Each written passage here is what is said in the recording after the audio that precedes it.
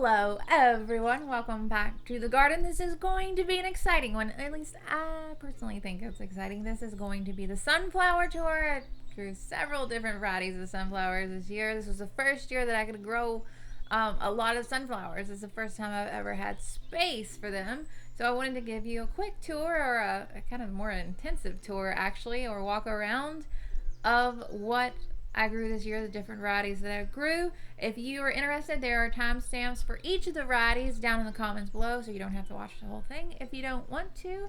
Other than that, sit back and relax. I hope you enjoy this one. This one took a little while to put together, but hopefully it was worth it. And let's get right on into it. The sunflower tour, the first one ever. I'm so excited. I should mention, if you have any suggestions for next year, what varieties to grow, put them down in the comments below, and I'll do my best to get my hands on them and grow them, and we can see what they actually look like when they're out in the yard being grown in real life. Because I know a lot of times the catalog pictures do not look exactly how they should. I should also mention that these are listed in the order that they opened in bloom. These were all planted at the same time, so that might help you in terms of blooming order. The first flower that began blooming here in the yard is one of the ProCut series. This is ProCut White Nite. One of the reasons that I like ProCut so much is they are so dependable in terms of bloom time and the production of flowers. White Nite is no exception to this. A lot of these in this video are looking a little rough, I should mention, because we did have a lot of rain at the time they were in bloom, so I was unable to pick them at the proper time and get, the best looking blooms possible. But this variety, the petals are so delicate. They're just a very soft pastel shade of yellow. This is beautiful, but it also makes them a little more susceptible to bug and insect damage, which is really a bummer. So I really had to make sure to pick them while they were still opening to kind of prevent, damage from cucumber beetles and things like that from being a major issue. I think these are a really great alternative to the more dark, buttery colored yellow sunflowers. This is a good option for spring and summer when the colors are still, light and vibrant, and we haven't really switched to that dark kind of autumn tone yet. That autumn color palette that's kind of darker, like burgundies and reds. These were also highly attractive to the bees, as a lot of these are, you'll see throughout the video. Overall, I think this one is a definite winner, and I definitely would want to grow this one again. It's so pretty. I love it. Moving right on to the next flower that began to bloom here in the yard. This is another taller version of sunflower. This one is ProCut Bicolor. I'm not really too much on bicolor flowers, sunflowers at least. For some reason, just the dark burgundies, they aren't really my favorite. But I had grown ProCut Bicolor in the past, so I knew that this one would be a winner. The spacing on these is about 1 foot apart, just so you know. So my flowers are a little bit on the smaller side just because how I choose to space the plants and whatnot. ProCut Bicolor is really consistent in terms of producing those flowers with the darker yellow outer petals, the dark center, and that dark burgundy ring around each. Very lovely flower. I would definitely plant this later in the fall though. I should have waited several weeks before I planted this one so I could have these available in the fall rather than in midsummer, because honestly, around midsummer, most people aren't looking for bicolor sunflowers yet because they're just not in that mind frame yet. It's still really warm outside, so I think I would wait to grow these in kind of a succession planting type scenario. The next flower that began to bloom, or the next sunflower I should say, is another really, really gorgeous one that I really, really liked, and this has been one of my favorites for a very long time. This is ProCut Brilliance. ProCut Brilliance is actually one of the very first sunflowers that I ever grew when I first started flower farming, even in my tiny little backyard. These were spaced a little bit closer. The spacing on these was about 8 inches apart, which will explain why the flowers are a little bit smaller. You'll find that the closer you space them, the smaller the flowers are, and vice versa. These were a little bit shorter. I had planted these in trays and transplanted just a little bit later after the flowers had become a little bit bigger, so that explains that. Anyway, they are just a rich, beautiful, buttery, just traditional yellow color with that dark center. They stay gorgeous out in the field for a very long time and allow for a very long harvest window. Like the rest of the ProCut series, these are pollen free. And even though they don't produce pollen, they still have plenty of nectar for pollinators and insects and things like that. These will remain one of my favorites. I think the ProCut Brilliance, I will always continue to grow it as one of my favorite flowers. I'm sure some of that is like for sentimental reasons because it's one of the first flowers that I ever grew, but well deserved. I think they are really nice and really gorgeous. The next flower to begin blooming was Starburst Lemon Aura. This one, you'll notice this one has a little bit smaller flowers just because I had planted several of them in the same hole. I had planted these really close together in trays and separating them was difficult. They are a very pale yellow. They are susceptible to bug damage, much like the ProCut White Nite is. But as long as you pick them early, they are totally gorgeous and creamy, and I love the kind of double center. It's so beautiful. I think this one is definitely one of my favorites, and I will definitely be adding this one to my list of flowers to grow again in the future, and I might even space them out a little bit further so I can get larger flower heads than I did this time around. But they are definitely a keeper. They are definitely gorgeous. Oh, I'm so excited. I really, really liked this one. The next flower to begin blooming here in the yard was an interesting one. This one's a little bit different. This one is called Starburst Greenburst. Yeah, that's right. Starburst Greenburst. As you can see, it has very much the same flower structure and form as the previous one. However, rather than having the pale petals, they have more of the traditional sunflower color. And the green center is so prominent in these. I just love this green center because the green center kind of gives them that look like they are fresh and vibrant and very much a summertime type of in bloom flower rather than a fall kind of feel. At least I think so personally. These also stayed really well in the garden and looked nice for a really long time. I always appreciate when flowers will, stand in the garden for several days, even if you're behind on picking them, and still look very nice. I think this one is another favorite that I will be adding to my list of keeper type flowers, for the growing season. These also looked really great as the season progressed, and the ones that I didn't pick continued to bloom and produce branches and ended up looking really nice as just an average garden sunflower, for ornamental purposes. So I think that's a double bonus.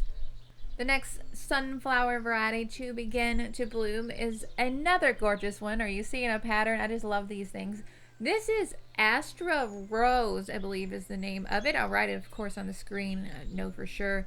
This one came from Baker Creek Seeds. This was a packet of 10 seeds, which is like nothing. They were pretty expensive, but I'm always kind of on the hunt for something new and unique and idea, and these did not disappoint. They were gorgeous. They have that double center that is so pretty, and these were more of a pale yellow color, and many of them had the ever so slightest hint of blush pink, which, as you know, if you grow a lot of flowers, that blush pink tone, beautiful. Everybody loves a good blush pink tone, it seems.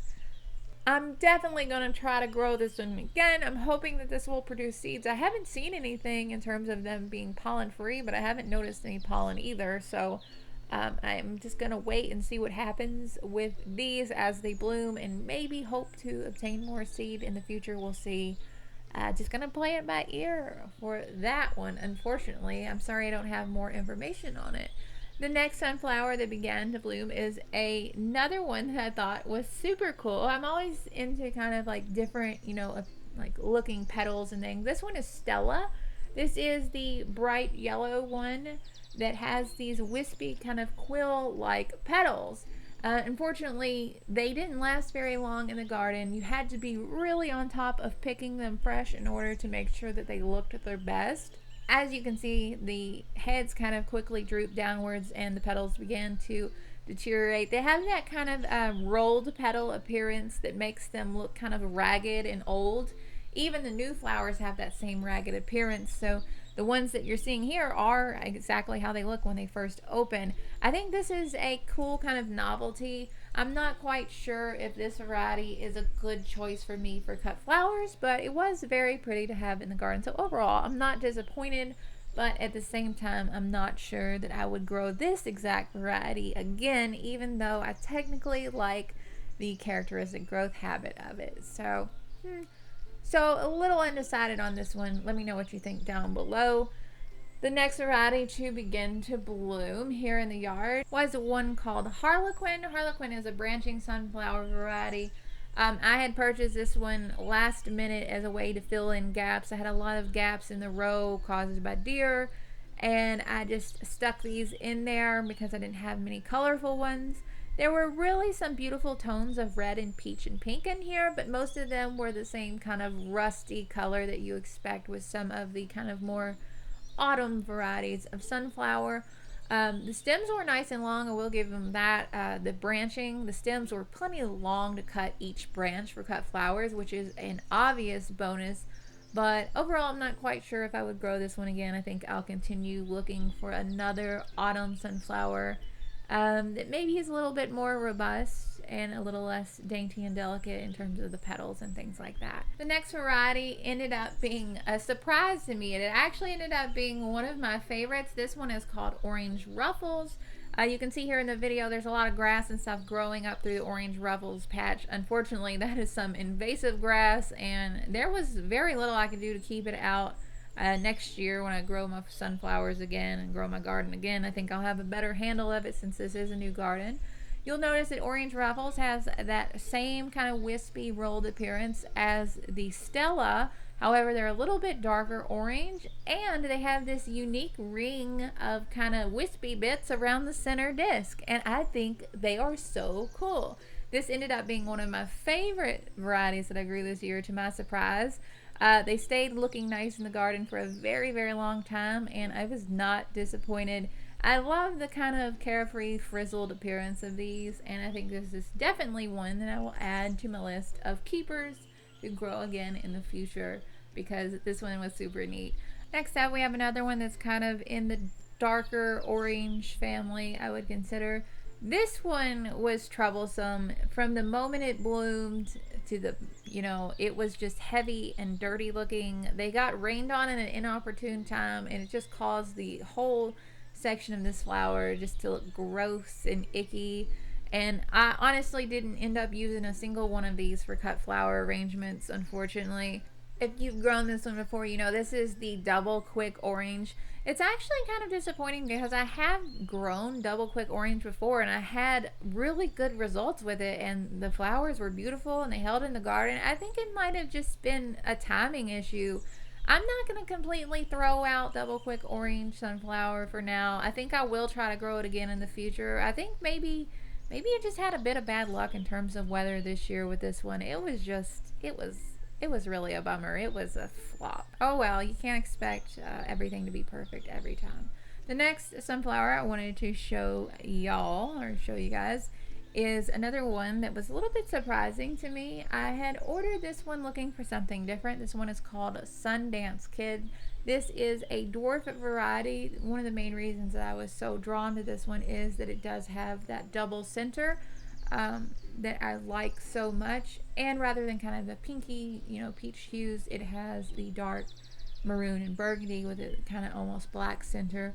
These are, as I mentioned, a dwarf, so they were only just about, just over a foot tall, if I had to guess, between a foot, foot and a half, 2 feet maybe, if I'm being generous. The blooms were very interesting and very pretty. I'm not quite sure if I would grow them again. I imagine that these would be a really good choice for growth in containers. I ended up spacing these about 6 inches, and I still got these beautiful, these really nice, beautiful flowers. I don't think I'd add this one again to my list, but it might be a good option for people looking for different types of dwarf varieties, because they were pretty cute. I do have to admit that they were pretty cute. The next variety I wanted to show you is one called Gummy Bear. This one is super cute. This came from Johnny's Seeds, I believe. They are a pastel yellow color, and they are very much double. Most of the flower opens double, and they're that beautiful, really light color that I showed you before. Very kind of susceptible to bug damage, but a really pretty one nonetheless. I think I will definitely grow this one again. This one had a little bit of damage due to the due to the weather, like so many of the other ones had. We had just so many thunderstorms, it was a little bit problematic. But I definitely want to give this one another chance because I can see it has so much potential. These full flowers are just really nice.